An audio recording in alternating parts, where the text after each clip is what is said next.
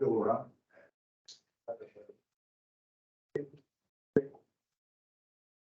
So I'm gonna go ahead and start with your table, Trevor, and we can go around the room and, if anyone has anything they'd like to discuss or anything. I'm Trevor Green, damage prevention specialist with Dominion Energy. I'm Bridget Rivers with Dominion Energy.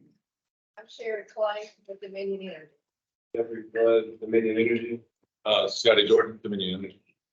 Bonnie Young, Dominion Energy. Steve Eli, Dominion Energy. Mark, we're still sitting at the Dominion Energy table. Ms. Ann Rushing right here. Ann Rushing, North Carolina 811. Nash Hardy, Hardy Landscape. Justice Everett, ABE Utilities.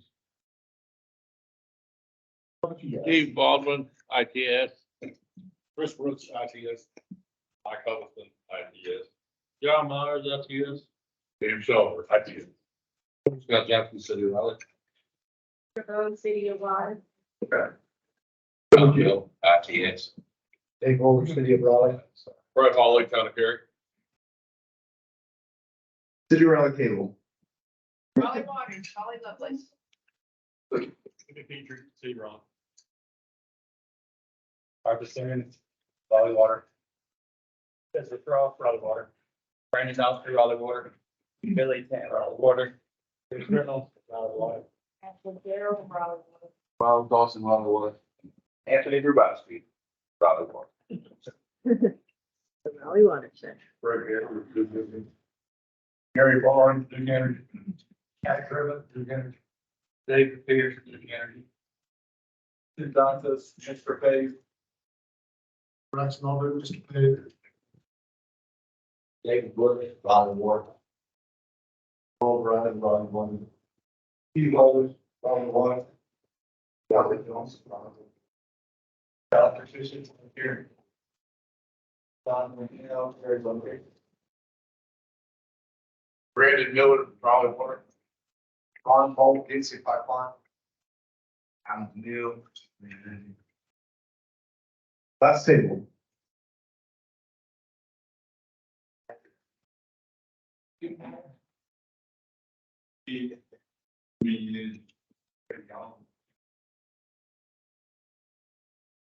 Awesome. Well, nice to meet you. What you got? Two contractors. Does anybody have anything they'd like to discuss or bring up? Just keep in mind, this is our final Wake County UCC event of the year. Now's a good time to speak. Would you like to share a few words? I know we do have a new, a couple of gentlemen here from Mr. Pave and just want to introduce them. We're paving contractor out of Virginia. We're moving down here to Raleigh area. Pretty much all we do is repair utility work. So specialize in all of our equipment, specialize in repair our main contractors up there. Almost across the state, we do all the work for Columbia Gas, Miller Pipeline, and Vanilla, the fiber contractor. So we're looking to move into Raleigh next. So if anyone's interested, have some cards. Tell you kind of a little bit about our process. We have an application that keeps everyone in the loop. You would have access to it, see where the patches are being done, before and after pictures, all of that stuff. So it keeps everyone communication open between us and any of the contractors. Well, we can hear out there the meeting, we'll take a look or talk a little bit. Yeah.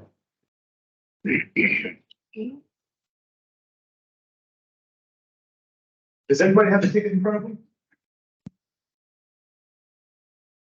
See if someone's gonna be a lucky Do you want winner. to see? You gave it away. Here. No, no, I've got one. Double down.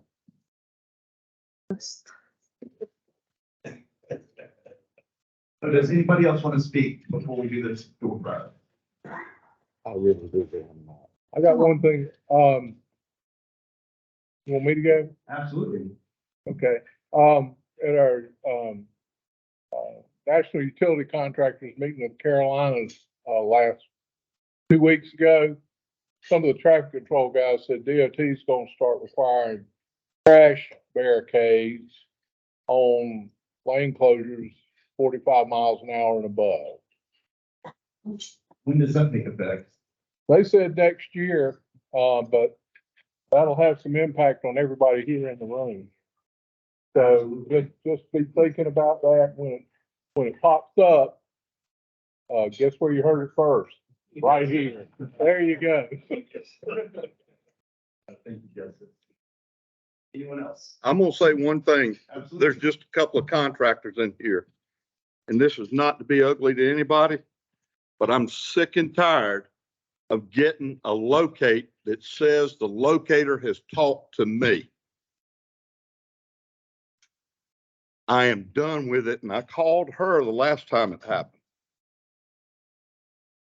It is absolutely abhorrent to put on that ticket that you have made arrangements with a contractor when my name and number and all contact information is on it, and it's not been done. And you show up to do the work with your ticket cleared, and then it shows that the locator has contacted the contractor. That has got to stop. And I'm not trying to be ugly, but I'm telling you, telling a lie doesn't fix the problem.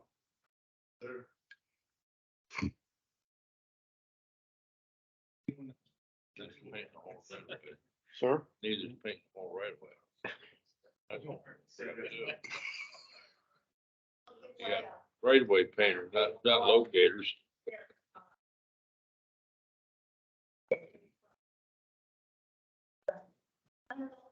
Somebody, please, maybe it'll be me, it's 2019. Well, there should be some interest tacked on that. I know my bride didn't have it that long.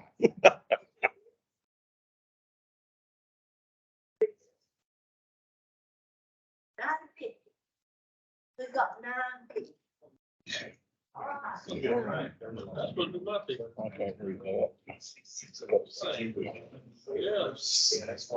He swapped. 970. Stop. Oh.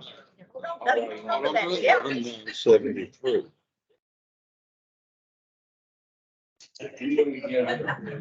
All right, without further ado, my friend Trevor Green, come on, sir.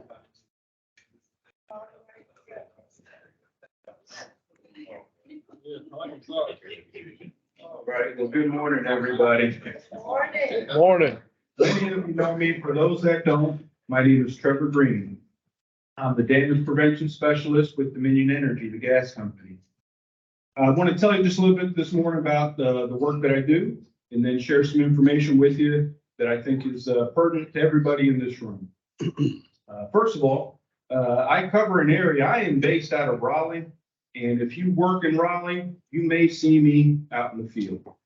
But I support Durham, Cary, Chapel Hill, and basically anything east of in the state that has Dominion gas, I support. And so if you're in any of those areas, you're going to find that I can be available to assist you, because my job in the gas company is basically to assist mainly 2 groups: locators and excavators. And what I use as a basis for help is 811 law. That is what is the biggest thing with preventing damage. That's the best tool we have. And sometimes, though, we need help understanding what each of our obligations are and carrying that out.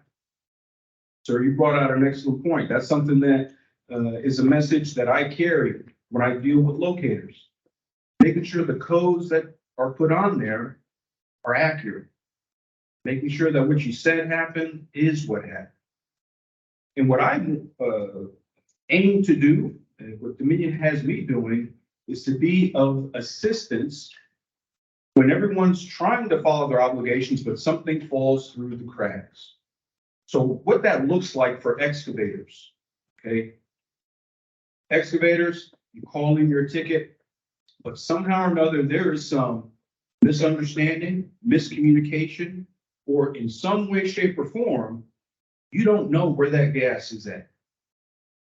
You call me, I can help you out. Communication is the chief way that I help out folks, okay? I make sure excavators are in communication with the locator for that locate.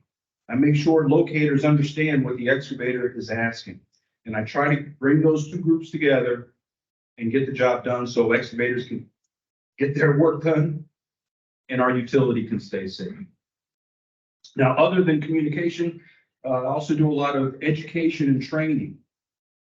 Just recently, thankfully, my boss let me go out and spend a whole bunch of money on my credit card. And so I've got this mobile audio visual setup where I go out into the field with a portable projector and I can go to your crews, as doesn't matter, it can just be a handful of guys, and give them a video presentation with Spanish subtitles to help remind them of how to go about digging safely without hitting underground utilities. But then even perhaps more important, what to do if they do hit a gas utility, okay? So that's a big part of my job, education and training. I do the same thing with I focus on our contract locators to make sure that they have the training and support they need to provide accurate and on-time locates. And hopefully you guys have seen an improvement. We have seen an improvement in our in-house locators, in their performance. It's not perfect, not where we want it to be yet, but it's improving. And that's the same thing I'm seeing from excavators out in the field. As far as the gas company is concerned, we consider 2023 so far to be a successful year in damage prevention. We've seen a reduction in the damage ratio, how frequently our facilities are hit. I know part of that is due to the hardworking efforts of our locators, but also a great deal of that has to do with excavators out in the field. When excavators make that investment to purchase locators, core drilling, hydrovac machines, that shows the serious stance those companies are taking to avoid damage and keep everyone safe. And it really shows a real professional stance that those companies take, and we appreciate that. And I'm seeing that increasingly out in the field. More telecom installers, more excavators are investing in these damage prevention efforts, and that's going to pay dividends for everybody. When an excavator makes that type of investment, that says something to municipalities, that says something to master contractors, and hopefully that will yield to more business, which is what excavators want, right? A couple other things. I also am out in the field. I do a lot of field auditing inspections. So if you know me, you've probably seen my truck. It's got a big wrap on it. I can't hide anywhere. I'm the only person on this side of the state with this truck, this big, colorful, blazing 811 truck. That's me showing up on job sites, looking to see, hey, do these excavators need a reminder? Are they digging safely? A lot of you guys have subcontractors and you trust them, but you may not be out in the field watching them. I'm there to help make sure that they're doing what you expect them to do, which is dig safely. And then lastly, I also am active in enforcement. As we said, 811 law, that's what is really the backbone of keeping all of us safe. And law is only as good as you can enforce it. And so what we've been focusing on most recently is on those excavators that fail to call. That's nobody in this room. All you guys that are in here in this room, you're here because you care about doing your job professionally and safe. But for those that are neglectful, we're holding them to account. And the damage review board is something, if you're not familiar with it, in a way, that's good. That means you haven't had a case brought there, but you should be aware that the Damage Review Board of North Carolina is in place to enforce 811 law, and they are doing that with fines up to $2,500 per violation. And so that is a venue where violations of 811 law can be addressed. And that goes for utilities as well as excavators. The law is for all of us. So that's something to keep in mind. But I just want to reiterate that we really appreciate the efforts of locators, efforts of you excavators. Like I said, it's been a successful year as far as we're concerned. We've seen reductions in the number of damages and the frequency. So we appreciate that. And if anybody has any questions, or if I can be of any assistance to your company, I'm happy to come to you guys, give presentations, any type of education you need or questions you have about the gas system. I'm your guy. Thank you.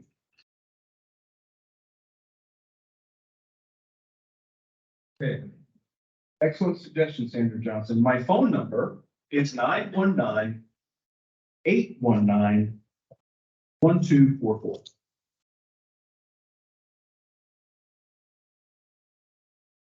Trevor actually answers his phone, I promise you. All right. We'll go prizes. Okay. All right, get those tickets ready, guys. Never save because all the tickets are going back in this little bowl and we're going to drop the $100 into the program. All right. Richard.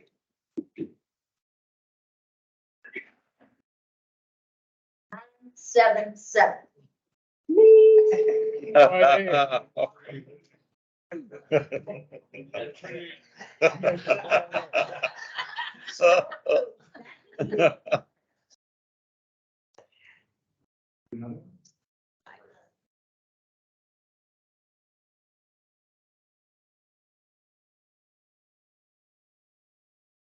Nine, 3, 2.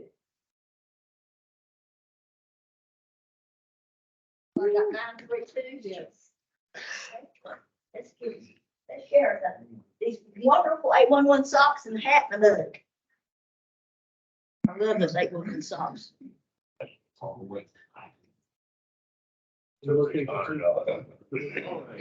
Next up, we have Louis Panzer, the Executive Director of 811.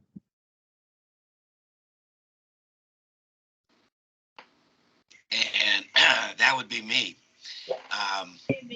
Okay, Ann's gonna help me out. Can you hear me? Hey, Louis, sorry. If it's Can you hear me? okay, I will kind of run through the presentation and then you'll pick up on your end. Is that okay? That's fine. Just let me know. Can you hear me? That's my main thing. Yes, we have the mic in Okay. front of you. All right. Awesome. So- Thank you.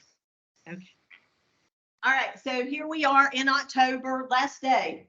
Who's trick or treating tonight? Or I should say, who is dressing up other than what you're wearing today? I see one right here. We have a vampire in the room. Earlier, and I was like, is he missing some teeth or? He's got vampire teeth. Ladies, or I should say men too, stay away from them. All right, so here we are, the last day of October. Man, these months have clicked away fast. But I did want to remind you all that October has been Breast Cancer Awareness Month. And so it's just not a ladies' disease, but it's also something that affects you men as well. A man's lifetime risk, and you see here, a breast cancer is 1 in 1,000. If you look at the women, it's 1 in 8. So please go tell your favorite lady, your girlfriend, your wife, your who knows, whatever, that please have their mammogram. So if you haven't, make sure that you do that in the next upcoming days.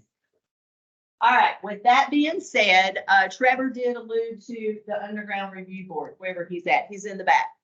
So I have the privilege of sitting on that review board. Louis, who is online, he sat on that review board for 8 years. So, kudos to Louis and all those that really worked hard to get that review board process up and going. And so they did. It took, I would say, 8 years to fully get this process rolling and really streamlined, and it's running really well. As Trevor mentioned, any of the complaints that come to the review board are, you know, anything that you guys submit to us. It is complaint based. And with that, a couple weeks ago, we did meet on October 17th. We had 29 cases. So as we prepare for those, we look at, you know, the complaint, we look at all the information that comes back in, and we determine, was there a violation? Part of the matrix that was set up prior to Lewis leaving was we looked at, was there history? Had they been before the review board before? And if there's history, then you automatically move up to the next tier. And it tells us, okay, they have history. Then we look at the type of complaint. Trevor and Dominion are one of those folks that do make those complaints about facilities that have been hit without a locate. They do a great job, you know, providing the data for us to make a decision. One of the issues that we seem to be having as of late are electricians driving ground rods without locates. So our liaisons have been sharing as they're out and about to please remind any electricians that you may see, ground rods do require a call to 811. Also with that, we are receiving complaints of homeowners against other homeowners. So one homeowner may be mad someone's, you know, placed a ticket and then someone's over on their property. So we're seeing some of those. And then we are also, you know, just seeing contractors calling out the members of responding to the locates on time. So that may be that they've not responded in the 3 working days, nor responded to the 3-hour tickets. So once again, you know, we look at the type of violation and then we rule upon that. And you could have a Pipes Plus would be the first, if it's your first offense and it's not involving gas. If you've not hit a volatile utility such as gas, you're going to get Pipes Plus training. Then next, it could be Pipes Plus and a $500 fine. The next would be $1,500 and the next $2,500. So we are reviewing those cases, you know, quarterly. We have 2 open positions, and that being from the telco and the hazardous liquid gas. So if you know of anyone that would like to apply for those board positions, you can go out to the Underground Damage Prevention Review Board, apply for those, and then you'll be vetted, hopefully. So with that, that is kind of what we did the last quarter. Mark, did you have a question? First, my comments. First of all, this is a state board. This is not run by NCA 101. That is correct. This is a state of North Carolina group. If you file a complaint, include as much documentation as you can imagine. Pictures, pictures, pictures. You're not filing a complaint against the locate company. You're filing a complaint against the operator that owns the facility that are to be located or were located, either way. But pictures, pictures. How to document a code 30 that was not that put down in error. I don't know what documentation you put down for that. But if you have costs incurred from the complaint involving what's involved in the complaint, put down your costs. Everything like that. All documentation helps the review board. So at the end of the day, what we look at, was there a violation? And if it was, then we rule upon such. So encourage you to attend. We did have the ability to call in. We were having an issue with the phone number this last meeting, but we encourage you come to the event center. That's where we are hosting those meetings. All right. Lewis, would you like to give an update? I know Justice is here, obviously, for the 811 board meeting. Thank you, Ann. Yeah, good morning, everybody. And yeah, happy Halloween.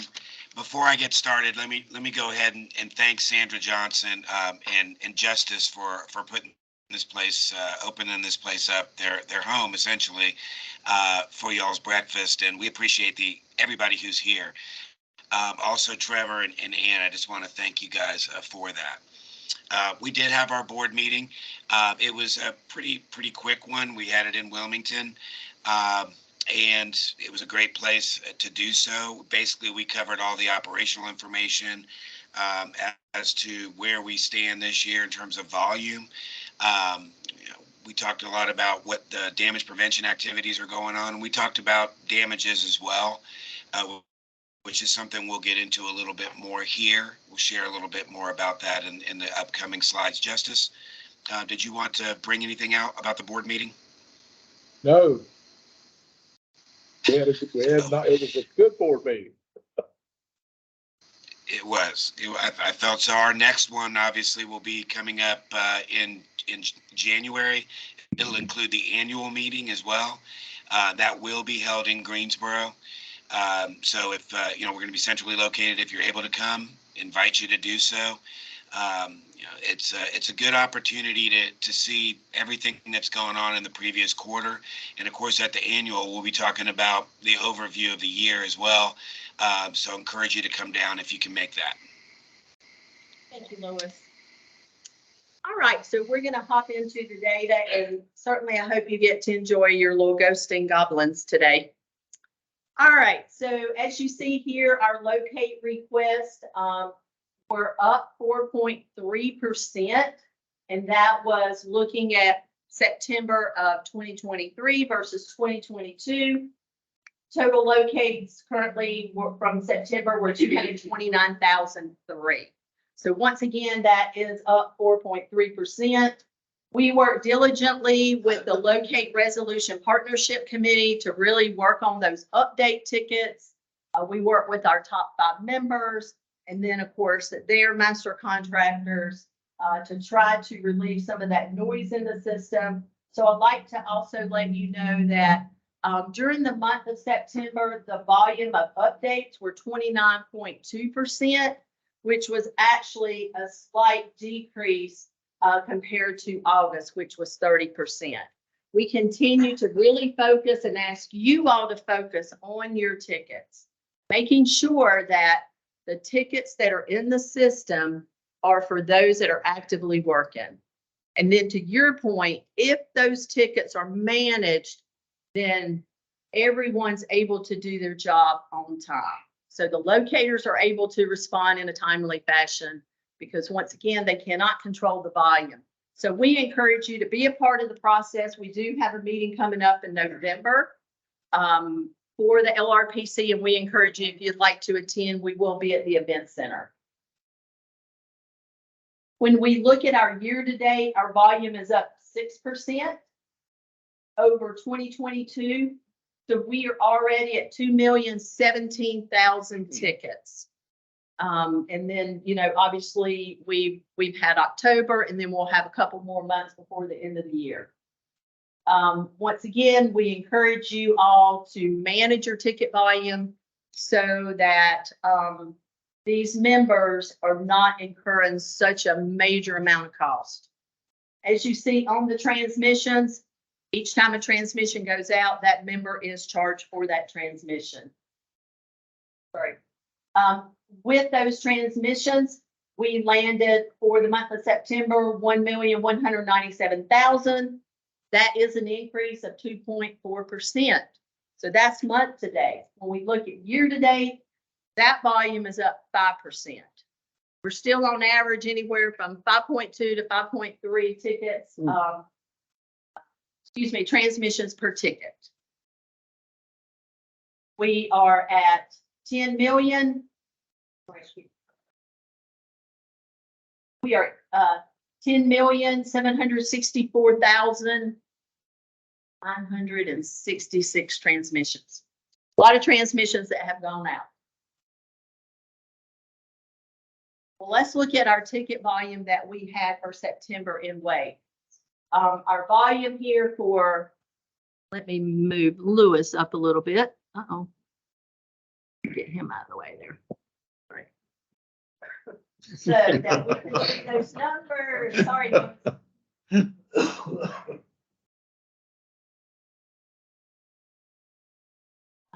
somehow or another, it has decided it doesn't want to move. Okay. Our county volume. For the month of September, we had 18,581 tickets compared to 17,752. The focus here is for you guys to look at the 3 hour, that volume increased 60.8%. And then our update tickets 16.4% over the same time last year. Average locates per day, 1,591. Fred, can you handle that kind of volume? Absolutely not. Absolutely not. So more than ever, we need that communication. Let's look at year to date. We are already up to 263,638 tickets that have come into the system through September. Altogether, we are up 7.1% just here in Wake. So obviously that's even an increase over the state level. 41.2% on update, or excuse me, 3 hour, and 16.7%. 16.7 on updates. So just kind of digest some of this and just note that more than ever, we need to communicate. So where is the work taking place at? The bulk of it right here in Raleigh. You'll see here 13,426. Viewplay Arena 2418. Cary, obviously Fred's group over there getting hit pretty hard. Apex 2870. Wake Forest 2099.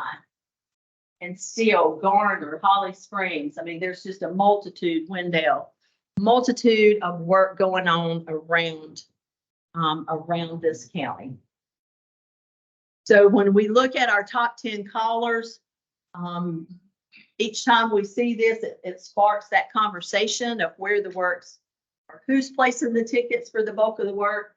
As you see here, AT&T Utility Operations, those folks are working for AT&T, Marion Drops, Prince Telecom, 2111, ITS, you guys are running third, 2081, RG Communications. You know, we're seeing a ton of fiber work in here, Monstech, Pike, RH Underground, Fiber, Southeast Connections working, they work with a multitude of members. All Signal Solution, this is a Duke Energy one, and then Z Rose Drilling. So this kind of gives you the top 10. How many folks recognize all of those? Absolutely. You dealing with them day in and day out, right? So these are the folks that we really want to encourage you when you're out in the field to try to get them to come to these meetings. We need them more than ever. Because what I want to talk about, and I'll turn it over to Lewis, is without that communication, then we have damages, and that's what we're not wanting to see. So more than ever, we need that. So Lewis is going to talk a little bit about where we're looking at data, trending the data, and trying to provide you information back. We'll be putting all of this information together in a fashion that we can present to you all. And with that, I'm going to turn it over to Lewis and let him begin that discussion. Thanks, Ann. One of the things we'd started to track about a year ago, May or so, were damages on a monthly basis by county. When a damage is reported to us, we create a damage ticket and we distribute that to the members. We also automatically take that information and put it into the National DIRT database. I mean, it's an immediate thing that happens as soon as the ticket's created. What that allows us to do is be able to pull monthly information about where those damages took place, about how many of them there were, about the work that was involved, etc., what was damaged. We look at root cause to some degree, but for the most part, we're focused on what's been damaged and what type of work was causing the damage. In the case of what we've been reporting here, it's been really just raw numbers up to date. So when you see at a local UCC the numbers, they don't tell you a whole lot. I mean, honestly, just giving you the number of damages doesn't really put it into perspective, because obviously Wake and Mecklenburg are going to be at the top of the heap because they take the most, there's the most activity, there's the most tickets. That is all understood with that kind of volume. But what does make it relevant is looking at at ratios. And so we're going to talk a little bit. You heard actually Trevor mention that his damage ratio was going down. What does that mean? Well, where do they look at this? Well, the industry as a whole, meaning nationally, has tended to track damages by a ratio of damages by 1,000 tickets and damages by 1,000 transmissions. And the way they calculate that is they take the damages, they multiply them by 1,000, they divide that by the number of tickets or transmissions, and that gives you a ratio. Why is that important? It's way more important than just the raw numbers, because as you heard, volumes are going up, right? So 6% for the year, but that's across the state. Different counties are going to have different increases. You're going to see where there's much more activity happening. You're going to see the numbers of those increases higher than they are as the average for the state. So relative to that volume, the damages makes a difference as far as calculating that. So the ratio is much more important. So if you'll go to the next one, and Yeah. I'm sorry. This is an overwhelming view here. So everybody take a deep breath. We're going to start on the upper left cell and we're going to work our way down all the way to I'm just kidding. But when you look at this, one of the things the most important things to understand about what you're looking at here is this is how we're going to be tracking this information monthly to share it and present it in a different way during the next year. We want to trend the ratio on the counties to see if it's trending up or if it's trending down. So each one of these lines, when you look at Wake, for example, and this is a quarter's worth of data, so this is not just 1 month, but we look at the number of the total count of damages that were reported through us and the total number of tickets and transmissions, and then from that we calculate this ratio by tickets and transmissions. To me, the transmission ratio is more relevant than the ticket ratio. And the reason I say that is because each transmission is an opportunity for a damage. Whether it's been cleared and then there's still something there, whether it was either mislocated or maybe there was an abandoned line, or that particular, it's a very dense area and there's a higher likelihood of something getting hit in that area. The transmission number to me is a much more realistic view of what those damages look like. And when you track it all the way across for Wake, you see there was a 1.02 damages per 1,000 transmissions. And again, these are the damages that are reported to us. These are absolutely not all the damages. Another effort that we want to look at going into next year is taking the top 5 companies that are in the state, the biggest footprint, get them to give us their just straight up the damage numbers. In this case, I'm not even interested in what the work was or anything like that. Tell us the number of damages that you know of that occurred to your facility in the top 5. I'd like to compare that to what we know of that comes in the front door just to see how far off we are. Is it 2 times, 3 times, 5 times? It's hard to know unless you have something objectively to compare it to. Utilities know when they've been damaged. Excavators are required by law to contact us when there's a damage, but that doesn't mean that happens all the time. Another thing to note about utility reported damages is those members that are a part of the DPI or Damage Prevention Institute, and Dominion is one of those. Their requirement is going to be to report their damages to their facility monthly.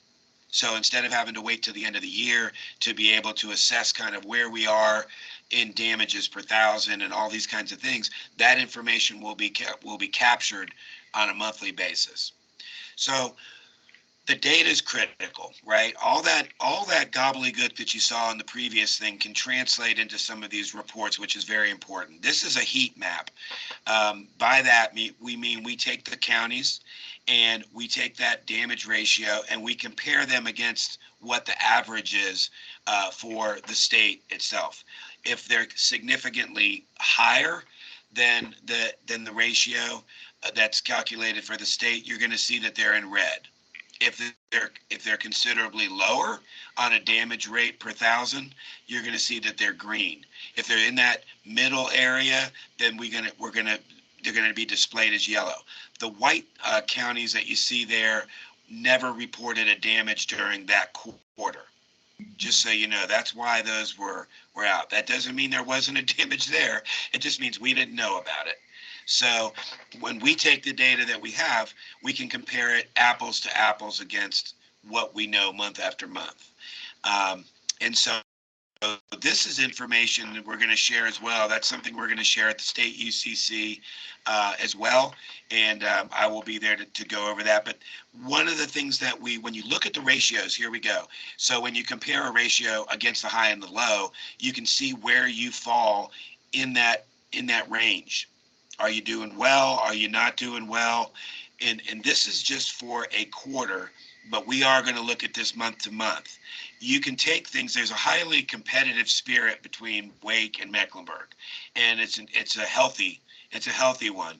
But Roger Richards will tell you that they're the best going on, and I'll tell you that it varies between Wake and Mecklenburg in terms of the ratio. It's never set in one area. But if you look at this gives you a comparison against what those ratios were for Mecklenburg, what those were for Wake, and then the lowest and the highest after we take the outliers out, counties. Where this is going to go important, and go to the next slide if you would.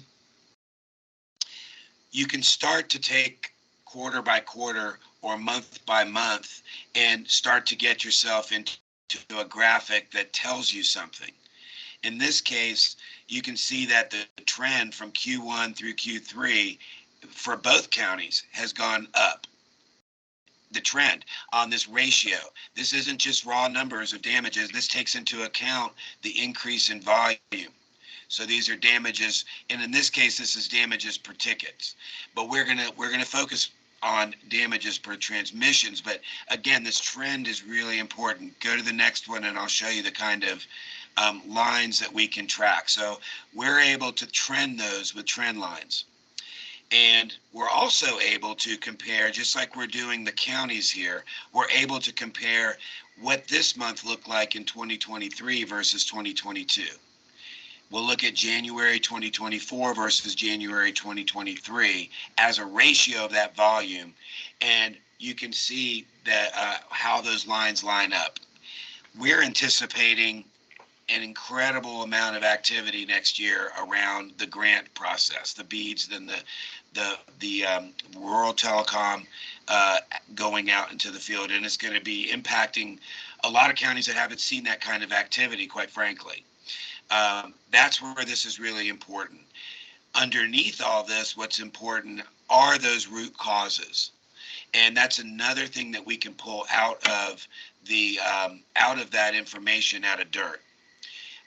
When we take a ticket for a damage and put it into DIRT, we ask that root cause question to everybody. What did they believe was the root cause? Because we've been doing that consistently now through this year, our quality of data that we're putting into the national system sits at an 80. They do a DQI, which is a data quality index. Previously, we were around 50, which is not so great. But now we're sitting above 80, which gives you a higher confidence level in the information that's being supplied into DIRT and from a quality standard. Within this raw numbers, we're able to break that down and look at the types of work that are happening that are creating the damages, the type of facilities that are more likely to be hit. And folks, it's not a mystery. I mean, we've been tracking this for years now, and nationally in the state of North Carolina, county by county, when you look at it, you're going to see fiber traditionally and telecom being hit more. And you're going to see that the work that's doing the damage is telecom.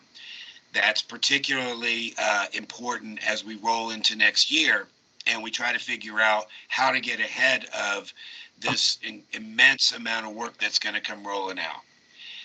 We're working directly with the Department of IT and Broadband in North Carolina to try to establish some ground rules for those people that receive grants, some requirements. That could be Pipes Plus training for the companies that are putting it in to show that. That could be mandatory participation in the UCCs. That could be pre-con meetings, mandatory, documented in some way. That could be mandatory white lining, although I think that there's going to be a lot of pushback on that particular one. What we're trying to really do is get people educated, get people communicating through these large projects so that they don't generate a massive increase in damages, which is going to slow down those projects as well. It's going to create issues for the community. It's going to create issues for the workers. And we want to try to put a stop to that. So this is where we use data just to be able to share on a monthly basis at all these UCCs. Hey, here's how we look. Here's our health in relation to where we were, and in relation to the averages across the state. Go to the next one. Oh, that was it.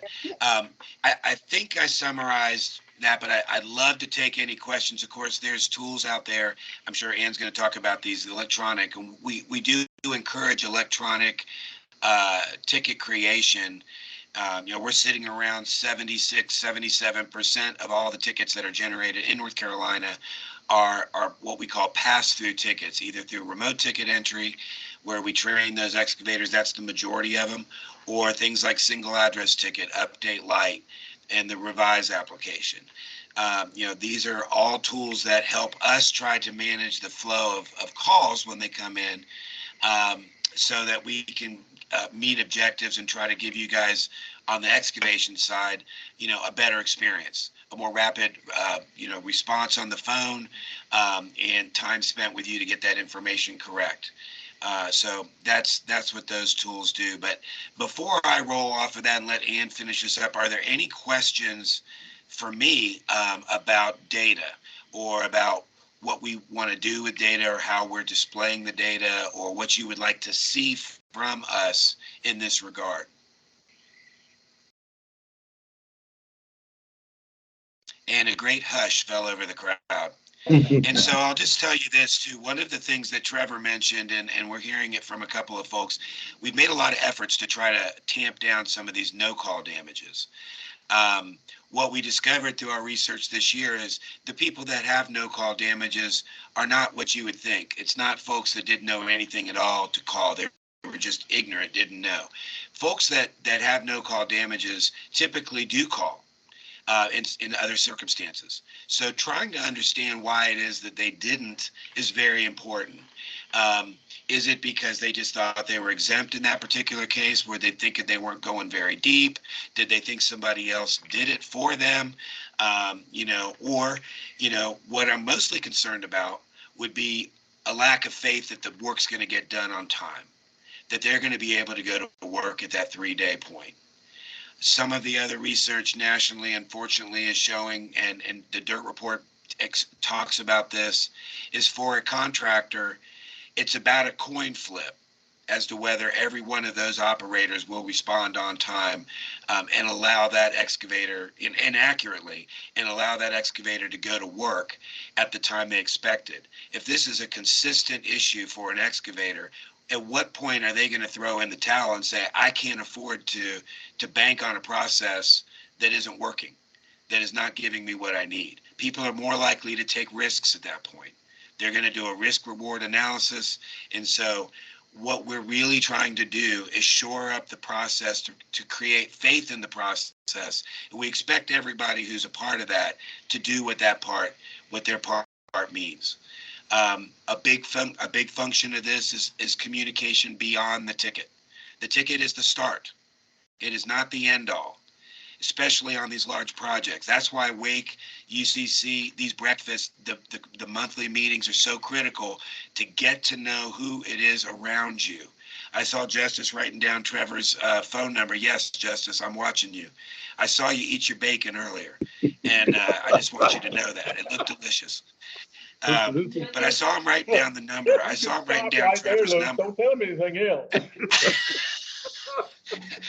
You chew your food at least 5 or 6 times, which is good. That's what you're supposed to do. But no, seriously, he wrote down Trevor's number. Why? Because at some point, Justice may need to reach out to Trevor. You know, Trevor's put himself out there. He said, contact me. And that's critical. So get to know what's going on. And so we can be part of that. We can be part of the healing process around making things better and making it something that we can all have faith in as we go forward.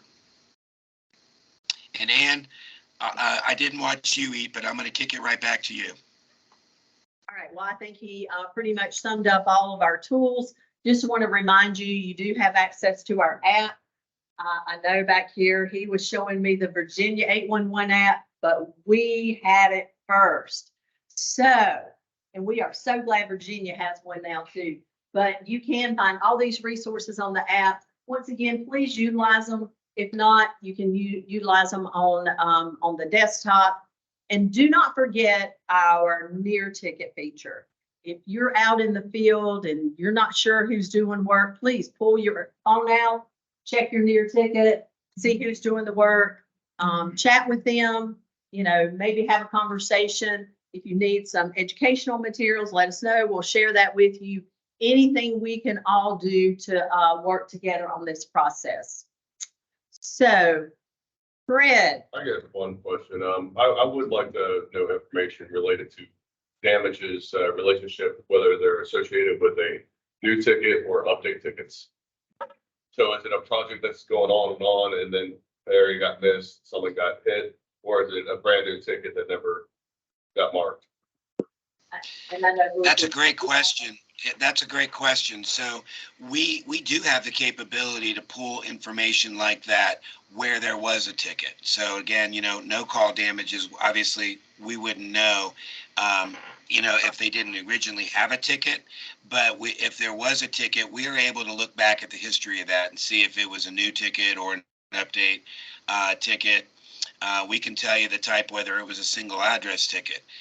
We can tell you information as whether it was created by the excavator or taken by one of our CSRs. Not that that all really matters a tremendous amount, but we can dig into any one of those features. And I would encourage folks, as Ann mentioned, the Locate Resolution Partnership Committee to attend or become a part of that, because those are the kinds of things that I'm asking from you. What do you want to see from the data? What's going to be relevant to you in the field when you come to a UCC? We want more excavators at the UCCs, but their time is money. And we have to be able to show them the value.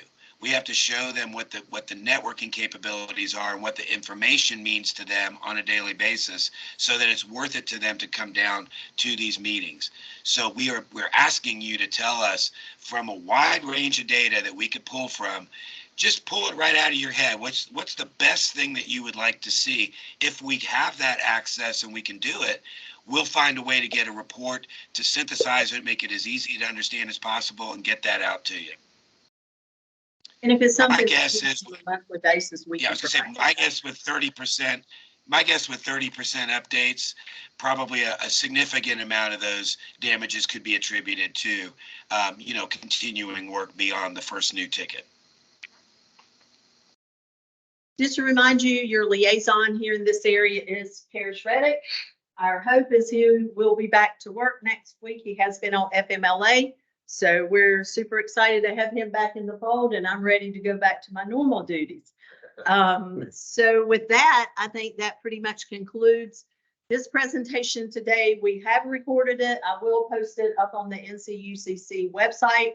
For those of you that may not come continually to our UCCs, this is a huge resource. We have a dedicated website for all of our UCCs. So when you're out in the field, direct the contractors here. Why is this important?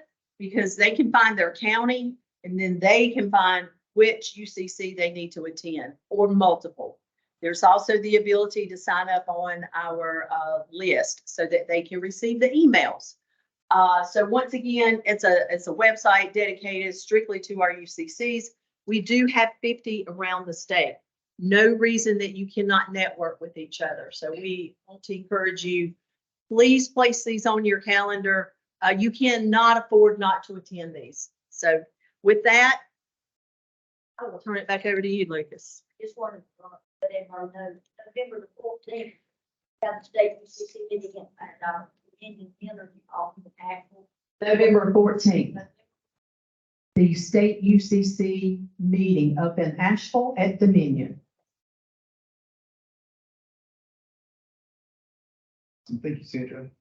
Okay, we have a few more door prizes before we break away, but I do want to give a shout out to the companies that sponsored this event. We got Abe Utilities, Duke Energy, of course, NC 811, City of Raleigh, USIC, ITS, Dominion Energy, and Town of Cary. Thank you, guys.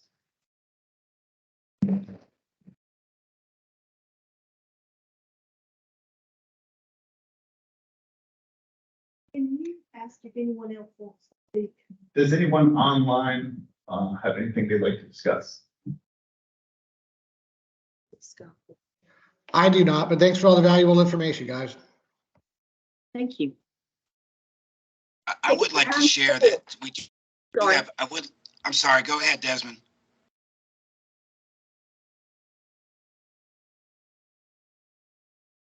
I thought Desmond was coming online there for a second.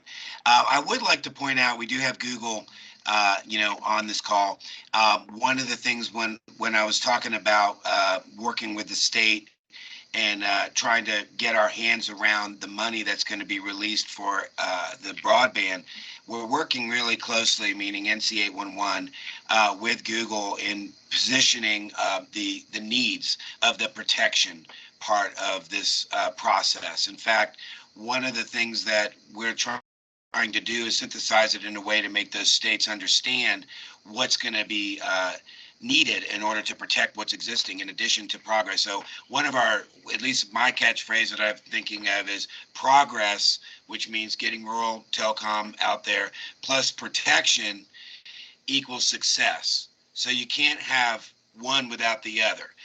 Some of that money needs to be allocated for resources to assist those small communities, especially with being able to keep up with the volume. And in addition to that, we need states to place into those contracts and those grants certain requirements to raise education, to raise communication, and all of that through the projects. So I just wanted to give a shout out as well to Google, since we've been working directly with them, and we'll be meeting again with their with the state broadband folks to go over sort of a strategy around this, and we'll keep you guys updated. Thank you, Louis.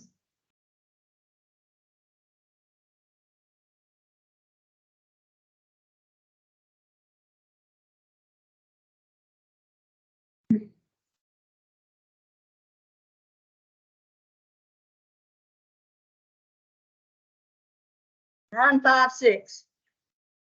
9, 5, 6.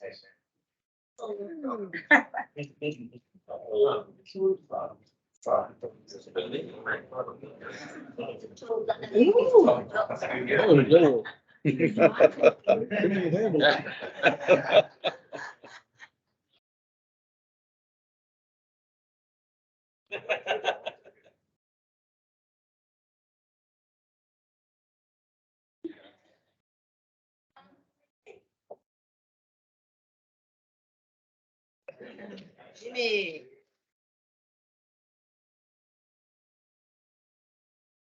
Yes, some of these fabulous socks. I love them. Thank you.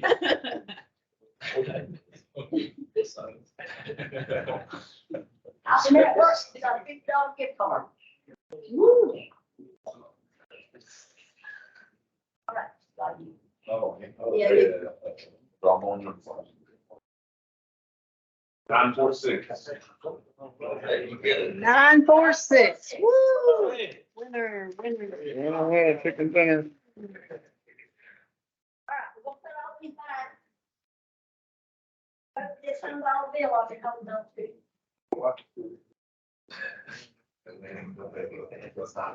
Oh, the hell we gotta do. Now we're shaking it up. We didn't plan on that.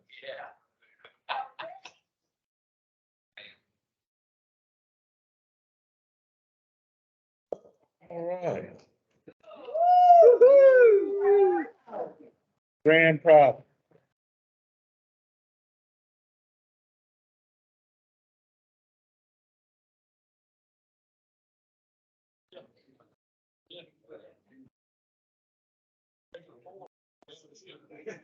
Thank you, everybody, for coming to see me in January. Yes, sir. Oh, you're the same guy? I have a question. This is my first meeting. I just wanted to bring something up that I know the city of Raleigh's been working on. And that's just filler work type jobs such as valve boxes, adjusting valve boxes that get paved over, for contractor projects, anything like that. Okay, if you're online. Sorry, Ken, but. Anyways, I was just trying to see if there was any guidance. I know this may have been brought up before in the last UCC meeting. But what are the guidelines specifically for, let's say, doing field work, adjusting a valve box in the middle of an intersection, something like that, if it is not an emergency or anything like that. So everything, I came from a repair background. I did nothing but repairs for Raleigh Water. Just have transferred in the last 2 months into the PM program. So I'm working on a lot of preventative maintenance type work, but it also leads into having to dig some stuff up. So what I'm asking is, what are the guidelines laid out specifically for adjusting, like if there's a valve box in the road and you have to dig it up? Do we need to have an emergency located to be able to isolate a water main or something like that? If we have a leak going on, if we run into certain projects that may be under warranty and stuff like that, we can sometimes use contractors to go back and fix the utilities, but stuff that we already inherited that's in the ground now, that's covered up, buried, if we go out, we adjust it. Is that classified as preventative maintenance? So does that give us the leeway to go out there and dig that up without calling in 811? If we do not go past a certain depth, or let's say such as an irrigation split, that would be another one that we don't use any type of excavator or backhoe, anything like that. All we do is go out there and hand dig. So that would not specifically be preventative maintenance. That would be adding on to service, but without, well, what would y'all's guidance be in terms of allowing us to go out there and instead of calling in, because we adjust valve boxes all the time. What would be the guidance given to do for the follow? I think it'd still be a good recommendation to call it. The only thing I know, and Justice might be able to help me out, the only thing I know in this NCAA one home bylaws is that the only circumstance to not call a ticket is if you're less than 4. And yet the circumstance still does require a. So there is an exemption for governmental agencies, obviously for maintenance. And as far as emergency, you were referring to that, there is a defined definition. So really, it's going to depend on what type of work you're doing and does it meet the definition of an emergency? Is that interruption of essential, transportation? And I'll just Life, read health, and this. property. Right, It's so it's interruption of risk to essential life, health, utility and property. services, blockage of transportation, including highways, railways, waterways, airways. So is there imminent danger to life, to health? Do you have, say there's sewer, that's an issue with health. So if it meets that requirement, absolutely an emergency. And then also just as a reminder, excavation is basically if you're disturbing the earth And there is a whole list of, in regards to excavating. It will be the use of manual or mechanized equipment, including but not limited to augering, backfilling, boring, digging, ditching, drilling, directional drilling, driving, grading. That's been a big one here lately. Horizontal directional drilling, well drilling, plowing in, pounding, pulling in, ripping, scraping, trenching, and tunneling. So basically, if you're disturbing the earth. And just to tack on to that, you know, we do see, you know, you mentioned it wasn't using mechanical equipment. We do see damage and damages from hand tools. And I'm sure the gas company can tell you that tracer wires and that being cut is a huge issue for them to try to keep up with. I know for a fact that at least in Mecklenburg County that they've got a whole team dedicated to try to just keep up with the cut tracer wires. So you can do a significant amount of damage with a hand tool. And that would be one of those other areas that we can break down from the damage perspective when it talks about what type of equipment was being used. We can tell you the numbers and percentages of damages that were a result of hand tools. And that is considered excavation, disturbing the earth.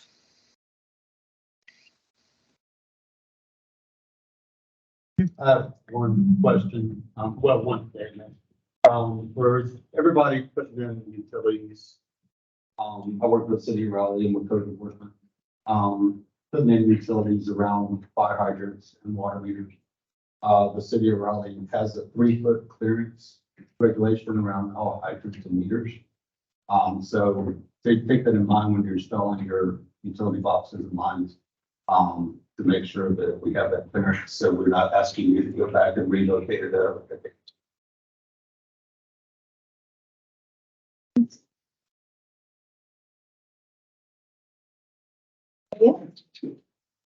Good. I'm good. I'm good. Any other questions, comments? Did we answer your question? I think we added 2.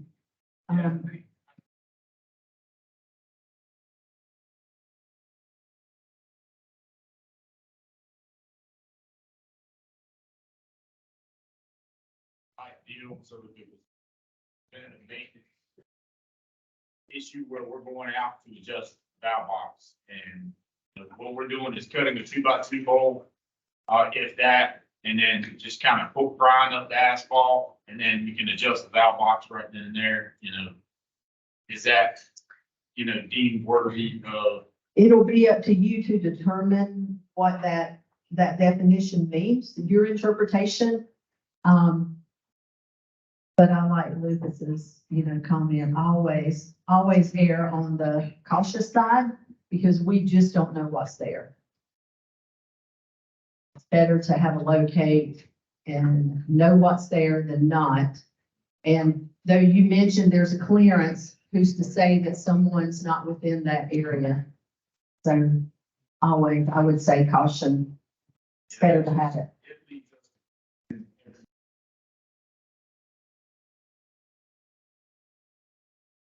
Everything that we send our back out to, pretty much that if you have to put a shovel in the ground at all, you gotta call them. I look at it.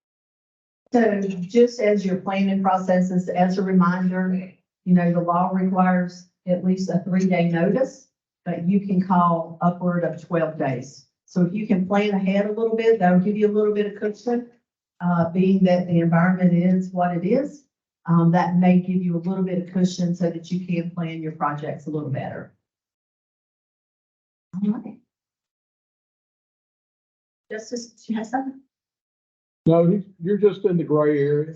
Mhm. I mean, if you got an emergency, so you gotta take the valve up to cut the water off. The maintenance issue, that's one thing, and,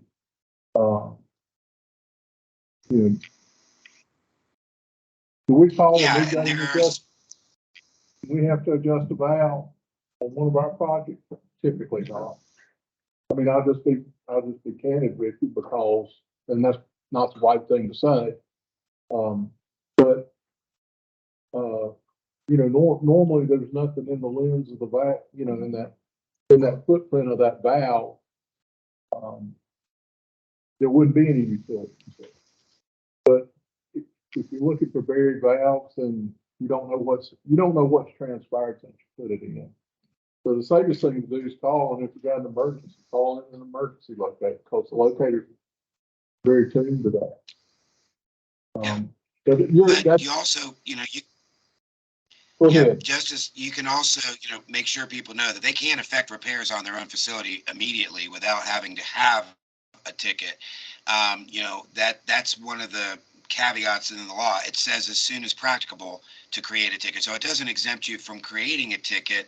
It just says you don't have to have it in hand to go effect a repair that's causing, you know, a washout or, you know, that's an emergency that you're trying to effect a repair on your own facility. You have the right to do that. And then as soon as practicable. Now, we have a lot of people that will create that ticket as they're rolling to do those repairs. And you know, again, it's really up to what your situation is at that time. But that is, you know, it's definitely, as Ann said, it's important to review the law and make a determination yourself as to what that means. When the rubber hits the road, if something goes down, you know, it may be your interpretation against somebody else's, but all we can do is put it out there and say, hey, this is what the law says. And, you know, and this is, and to do the best you can to follow that law. I'll just speak to one comment that came from a UCC the other day. This was in regards to emergency locates, and he was a bit frustrated. This member has a no dig policy unless they have a clear locate. And kind of back to Lewis's point, you know, it is, you have the right to dig, but, you know, if it is an emergency, obviously request it as soon as possible. But in their case, they have a policy of a no dig without positive response cleared.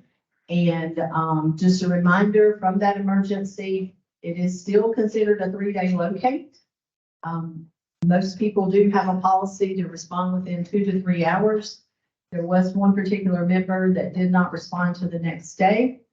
So just want to remind you, you know, what the law says, and that's why it's so important to communicate with one another and know, hey, if you need to reach out to a particular member, you know, can you, get those contacts that are their locators. So the more that we can communicate, that's where we come to these meetings, get to know these folks, so that when we need each other, we're available and we have those spaces. So I'd encourage you, once again, exchange numbers today. Please, these folks, you guys come back to the next meeting, which will not be till January. This is our last meeting for the year. And so I just want to thank you all for what you guys do here in Wake.